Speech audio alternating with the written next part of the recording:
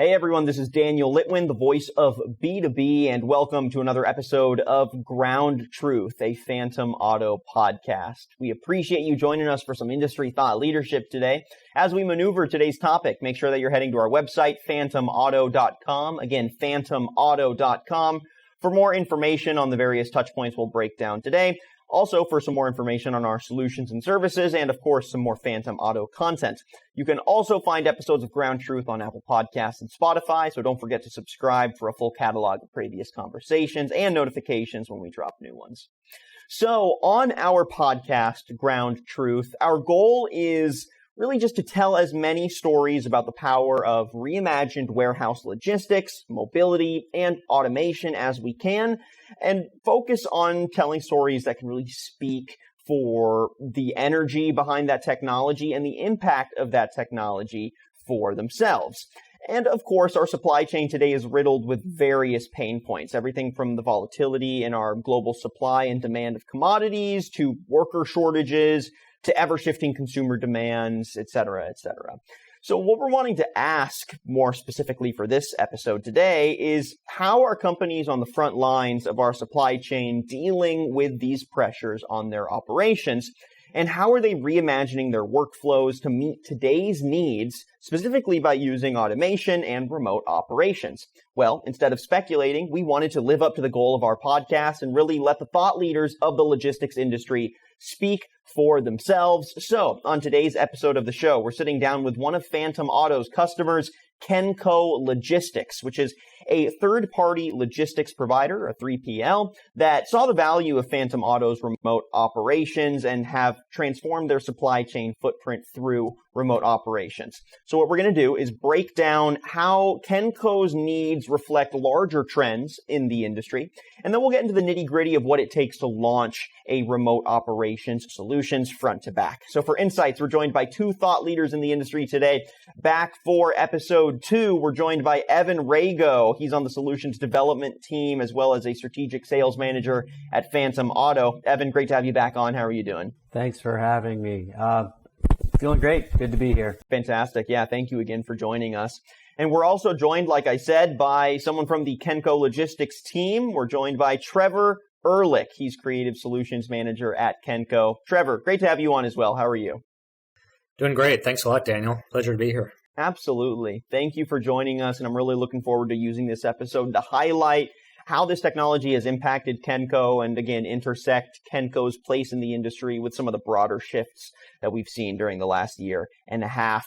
So to start, let's just better define what Kenco's role is. So, Trevor, tell us a bit more about Kenco's place in that broader supply chain, because I know your company offers distribution and e-commerce services, as well as transportation services, material handling, and more. So your role is a varied one and a constantly evolving one. So I guess maybe more specifically, can you define who relies on Kenco and why folks seek Kenco out as a strategic partner?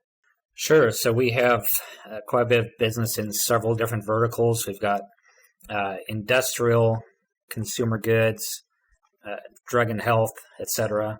And kind of like you recap there is really good. We do have several companies under the Kenco umbrella. We do material hand, real estate, so we can bring the building to the customer. We've got the expertise to run warehouse management systems. We've got the staffing to do it, as well as material handling and teams to maintain an existing fleet, dock door service as well, and a little transportation, mostly shorter runs. But yeah, we try to be that one-stop shop to fit custom needs of our customers out there. Just to get a little more granular, I mentioned this in the intro, but the last year and a half has been riddled with various different supply chain disruptions. Some of them, long-term necessarily, a full year pandemic. Some of them being harder to anticipate and a little shorter term, but having just as much of an impact. And we can look at things like the Suez Canal blockage and various of California's different supply chain disruptions as well during their shipping months. So really what I'm wanting to do is, I guess, better understand how this last year of supply chain disruptions, whether large or small, has placed new pressures on Kenco. Go ahead and break down that last year and a half for us and how those pressures have led you to address some creative solutions for the company. Yeah, so of course, last year started with COVID and all the fun that happened with that. And Kenco had really good response teams to tackle that and kept our customers happy with what we're doing and assured that their product would keep running. And indeed it did. All of our operations were maintained and kept the merchandise rolling. So our customers were pretty happy with that response. Of course, now that has kind of merged into more of a headcount and workforce problem. So how do we keep people coming in? How do we keep the lines rolling? And it's been a challenge. You see the restaurants out there looking for people, so we're no different. And I think people took the pandemic time to increase their skill level and find other opportunities. So it's been tough, and the e-com has just exploded, right? So there's even more positions to fill now than there ever have been. Evan, do those needs reflect at a higher level some of the challenges that you've seen other customers of yours face as well? Yeah, absolutely. I would say labor is the number one biggest challenge for our customers. It's labor. But, in such a dynamic, volatile market now, the biggest need is labor, but it's also flexibility and agility. So a lot of folks are looking at, how can we adopt different technologies to become more flexible and more agile? And certainly, having a solution that Phantom provides aligns with a lot of folks' agility and flexibility initiatives, but it also fills that labor gap. And that labor, the labor needs are drastic now, and it's not getting better. So we see our solution as really bridging the labor gap there. Yeah, if you look at our target ideal employee, there are so many opportunities for them out there right now. Even just down the street from our warehouses, there's probably 4 other warehouses that are competing for that labor. To say nothing of the other job opportunities. So, flexible hours, flex scheduling, any of these things that can make it more attractive to them, we're definitely interested in. And that's one of the reasons Phantom appealed to us. Some really neat solutions to some of the problems we're dealing with. Yeah, we're super excited to be in Kenco's, innovation lab. I was recently there, and they have 10 to 12 different technologies right now that they're testing out. And so I don't want to give away too much, and I don't want to, breach any NDA or anything like that. But, think of everything across from warehouse drones to different camera solutions, everything, basically all technology adoption to increasing safety, improving efficiency, and really just leveraging disruptive technology to achieve things that they've never been able to achieve before. It is a super exciting environment. So it was awesome to be there last week. So we've identified the challenge or challenges that are really pressing the industry forward. Now, if we take that and turn them into more specific day-to-day operational needs, and therefore, a list of coherent solutions to solve said needs, Trevor, as creative solutions manager, where across those touch points and across that supply chain do you see the need for the most innovative solutions today? And why? And I guess, if you could expand also on how you see those challenges impacting your clients and their abilities to meet their needs as well. Basically, analyze those set of challenges, where you see the need for the most innovative solutions today, its broader impact, and why. Yeah. So number one, like we just talked about a little bit, getting the actual associate in the door, getting hands on the floor to do some work. Very tough. And if we can get them in, then the question is how do we keep them? With massive volume e-commerce, we've got also potential for a lot of overtime for the associates we do have. So if we don't have enough headcount, that puts more pressure on the associates who are there. So potential for overtime to really skyrocket and for that to become an issue. And of course, one of the ways to keep a good workforce and be competitive is to raise the prices. And our customers are realizing that that's necessary. So we're trying to flex as much as possible to be an attractive place to come to work. But that does make especially in high demand areas, huge costs for skilled labor, for skilled lift drivers, etc. So all those are going to be impacting. Speaking with other folks inside of the Kenco organization too, just to help combat some of that is strategic staffing initiatives, right? Trying to create positions that enable more of a demographic to fill those roles to typically people who wouldn't see themselves as working in warehousing environment now with different technologies such as phantom auto can really expand that labor pool and decrease and cut down some of the costs. Another aspect is automation, right? A lot of organizations are turning to automation, turning to AGVs, AMRs, automated material handling equipment. But the reality of it is that, there's different use cases and edge cases that they can't perform, where you still need a human in the loop. So really we look at Phantom's technology, as a bridge, bridging that gap, between becoming successful with automation. So we look at it as really maximizing, using our technology to maximize your automation investment. Now with Kenco, we're specifically focused on 100% remotely operated material handling, or forklifts. But in the future, I think we certainly see that, having teleoperations is a key enabler of automation.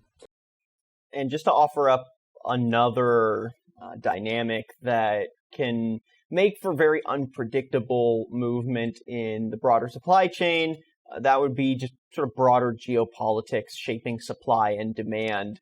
A lot of times the movement of those things can be really beyond the control of any one logistics company, but the effects can be felt at a very granular level. So, I'm curious, when dealing with movement of industry, of trade deals that large, but that do have that kind of consequence on your day-to-day operations, how are you seeing that also create the need for innovative solutions on your end? So one of our pain points historically with customers is just trying to get those forecasts, right? How much staff do we need a week from now? How much staff do I need tomorrow? And it's tough for the customers to project that a lot of times, and then it's even tougher for us to flex with that. So we have AI initiatives to do taking into forecast weather and all these different factors to try to come to closer projections for that type of thing. All right. So with all of this in mind, what I want to do now is just get more specific on remote operations as a solution in this larger playbook of addressing today's supply chain needs. So this is a question for both of you now. Obviously, your perspectives will be a little different here, but what role do you both see remote operation solutions playing in this evolved supply chain, especially as a response to our post-COVID environment? Again, what role do you see this solution playing and why? It was a very interesting solution to us because it seemed to address in one fell swoop a lot of these issues. So number one, finding operators. What if we could go to a part of the country where there is higher unemployment and be able to leverage that for driving in other areas where there's higher demand. Flexing, hey, I can drive at one facility for a part of the day and then, this one's hitting their overtime hours, so go and help out over here. Additionally, of course, now the workforce wants a lot more accommodation and is expecting more. So being able to have flexible hours, flexible geographical locations, remoting in, there's a lot higher expectations. And, the cool factor, people want a very interesting job, and they're not satisfied with the same old. So being able to be a remote pilot of a MHE, that definitely has some curb appeal. Yeah, Trevor really covered it. But overarching, having a digital driving strategy or a remote operation strategy, it's really going to be a critical component to the success of the future of a lot of these organizations. Back to flexibility and agility. This is enabling flexible operations. This is enabling agile operations. I mean, think about it. You can apply labor when and where it's needed with the click of a button. It's completely paradigm shifting. But whenever you couple that with the aggressive automation initiatives that a lot of companies have, I've heard some organizations say, hey, we want to automate all pallet movement by 2024. Well, without having a remote driving strategy, it won't be possible. I see this, and Phantom Auto obviously sees this as one of the most critical components to achieving success in the future. Trevor, this is more of a question for you here, but Evan, after Kenco became a customer, I'm sure that also presented some more dynamics for you to expand on. But Trevor, why did Kenco look to remote operations in the first place as a solution to solve some of these various needs? Because again, what you were breaking down covers many touch points across the supply chain and highlights a lot of disparate needs, from worker shortages to larger structural supply chain volatility that is harder to predict, right? So why did you look to remote operations in the first place as a solution, and track how that turned into one solution now suddenly being a potential solution for various of those needs? Yeah, it was, it really came out of the blue, because we've done had a lot of focus in our labs on automation, right? So AGVs, AMRs, ASRS systems, and so we do have some initiatives going along those lines. But as you guys know, there's still relatively new fields and new equipment, new technologies, and it frankly is a struggle to introduce those successfully a lot of times. And we came across Phantoms, and we saw how this might be a really nice way to bridge that gap, because you're not completely eliminating the human, right? You still have someone in control of it, but you are taking advantage of bandwidth is so much greater nowadays. Sensors are so much better. So you're able to couple that with the human, and I think really come up with a nice hybrid solution. Evan, on your end, are those some of the similar reasons you hear other clients approach Phantom Auto in the first place, or is that a unique situation to bring a new client to the front door?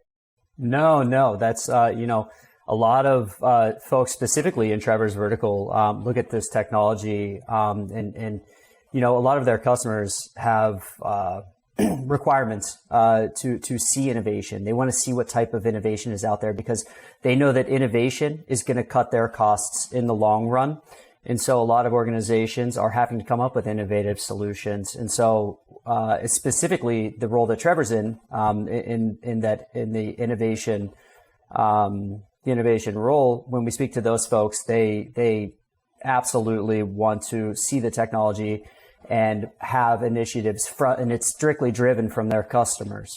To expand on that a little bit, Trevor, once you leaned into remote operations as the solution that you saw as a multiple touch point solution, when did it become Phantom Auto as the partner you were set on landing on? And maybe as a follow-up there, what were you looking for out of a broader strategic partnership in this space, and how did that also inform your decision? We've got some great operations folks who are very forward-thinking, and I think they actually ran across an article or press release from Phantom, and they immediately contacted us here in the labs. They're like, oh, you have to check these guys out. So the I guess the idea came right along with the vendor. So we've, I think, been talking for the last 3-4 months about how this could be a good fit. And, first glance, it does look good, but we do have a innovation lab where we'd like to bring solutions such as this, especially things that are so new. We don't try to release them directly into a production environment, bring them in here to the lab. And so we're looking forward to doing this pilot and doing some testing, because it all looks good on paper, and we're really hopeful that this will be a game changer for our sites. So the team at Phantom has been great to work with, and we've had some good initial visits to map out the pilot, and next steps are to really put the lifts to the paces and see how it goes. Just to add to that, what we're seeing across the board at Phantom is customers like Trevor. They have multiple groups that they have to put this solution or technology in front of, right? You have your risk assessment team, you have your safety team, you have your IT team, you have your ops team. And then, so a lot of times, the innovation teams are just responsible for, introducing the technology, right? And then where the rubber meets the road is whenever you satisfy the criteria of the operations folks, of the safety folks, of the risk assessment folks. So right now we're currently going through those steps and checking those boxes. Yeah, we've found that it's, when we're working with customers, since they're coming to us for solutions to save their buck, it's often easier to ask for $1 million up front than to ask for $100 down the road, just the way the contracts are set up. So if we can get our solutions team very confident in things such as Phantom that are tested out and that we have running operations, then our marketers and solutions team are going to be a lot more comfortable with introducing those right up front for new customers that are coming on board. All right, y'all, that just about does it for our conversation. I've got one more, main point here, but we can riff on it for a little bit if you'd like. Really, what I want to do now is take all of this grounded commentary on how Kenco found use in remote operations and Phantom Auto and turn it into some actionable strategies for the rest of the industry. So what strategies would you offer for effectively rolling out a remote operations solution for logistics needs specifically? Trevor, in your answer, feel free to pull from any of the initial interactions, things that worked well as you kicked off this partnership with Phantom Auto, and obviously Evan, pull from your wide variety of experience launching remote operations to all your clients. But again, what strategies would you offer for effectively rolling out a solution like this, especially at scale and especially under today's context? Yeah, so for newer technologies like this, we try to adapt more of a crawl, walk, run type strategy. So like we're doing, we're starting here in the lab. Then we'll start with move to a warehouse that has a fairly simple operation and test it out there, and then keep expanding if things look good. So one of the things we're really interested in are the different types of lifts, right? So we have clamps, we have order pickers, we've got stand-ups, all these different types, and Phantom has an exciting roadmap that I think we're going to be able to retrofit technology into a lot of our different types of lifts. So I think it's going to keep expanding as Phantom's technology keeps moving forward. And I would say remote operations in general, just for anybody evaluating, where do I start, or what is the typical implementation process look like? I would start somewhere where automation doesn't excel, or something that automation can't do well or doesn't really do today. For example, truck unloading and truck loading at the dock doors. That seems to be a very interesting application for a lot of our customers and future customers. And then typically building out the business case, looking at, hey, what does the single site potential look like from a business case? What are my costs? What are my savings? Where am I getting my savings from? What are the cost savings, but also what are the efficiency gains that I'm getting from the system, and really putting it out on paper what a single site looks like, and then what a multi-site, what does it look like when you roll this technology out multi-site, and then you're utilizing vehicles and multiple facilities throughout the shifts. What is my ROI and what is the true business impact? And when you start putting numbers behind that, it's typically pretty compelling. And then we move into a smaller scale, pilot rollout, pilot deployment, say, unloading dock doors with 5 to 10 vehicles. And then we validate the numbers from there, right? We see what the numbers look like from the pilot and if it makes sense to move out to that multi-site engagement. And then looking ahead a little bit, is there anything on the horizon for the logistics side of the supply chain industry that you'd say is really doubling down or revalidating the need for something like remote operations moving forward? Basically anything in the future of the industry that you think will continue to shape this need and why? Yeah, I would say right off the bat, maybe the Delta variant might have something, at future pandemics, are certainly a possibility. What happened, I think, in the past year is a lot of organizations, it was a litmus test. They figured out where they were at, where they had, inefficiencies. And now they're scrambling to make sure they have the right processes and procedures in place to eliminate, or not eliminate, but be able to respond to future, catastrophes, right? Another is, the workforce coming out, it's getting harder and harder to fill material handling jobs. And so, we have this new workforce, the digital natives, coming into work now. And so being able to provide, job positions and such as remote material handling, that's definitely an impetus. There is just the way the technology is growing, and the way that folks are becoming more and more advanced, right? And so there's going to be less and less people who are going to actually want to move material inside of the facility. Yeah, there's so much uncertainty. Couple that with the increased speed, and you expect to get a package tomorrow instead of 4 or 5 days from now, right? So all that's come together to just really, really increase the demands on 3PLs like ourselves.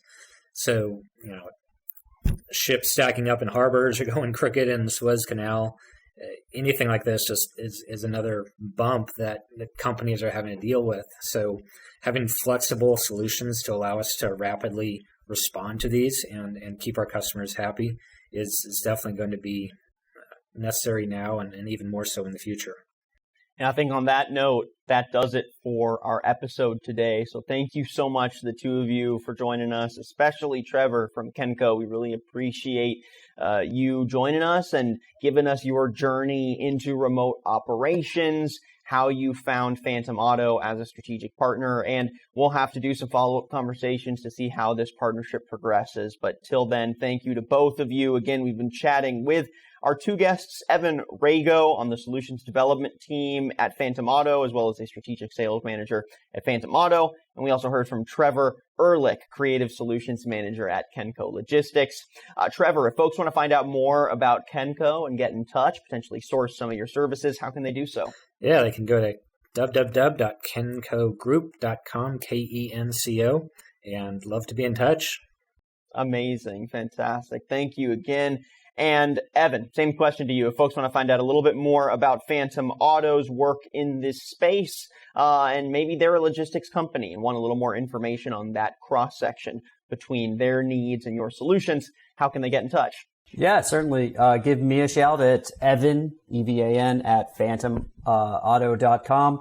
I can get you in touch with Trevor here. Or if you're interested in our remote operations technology, feel free to contact me directly as well at Evan at phantomauto.com, or go under www.phantomauto.com and there will be a contact us link there. Perfect. Evan, Trevor, thanks to the both of you. It's been great. Thank you. Thank you. And thank you, everyone, for joining us on another episode of Ground Truth, a Phantom Auto podcast. If you like what you heard and saw and want some previous content, or you want to make sure you don't miss out on future episodes, then head to our website, phantomauto.com, for all of the Phantom Auto content you desire. Make sure you're also subscribing to Ground Truth on Apple Podcasts and Spotify for a full catalog of audio-only versions of the show. I'm your host, Daniel Litwin, the voice of B2B, and we'll catch you on the next episode of Ground Truth.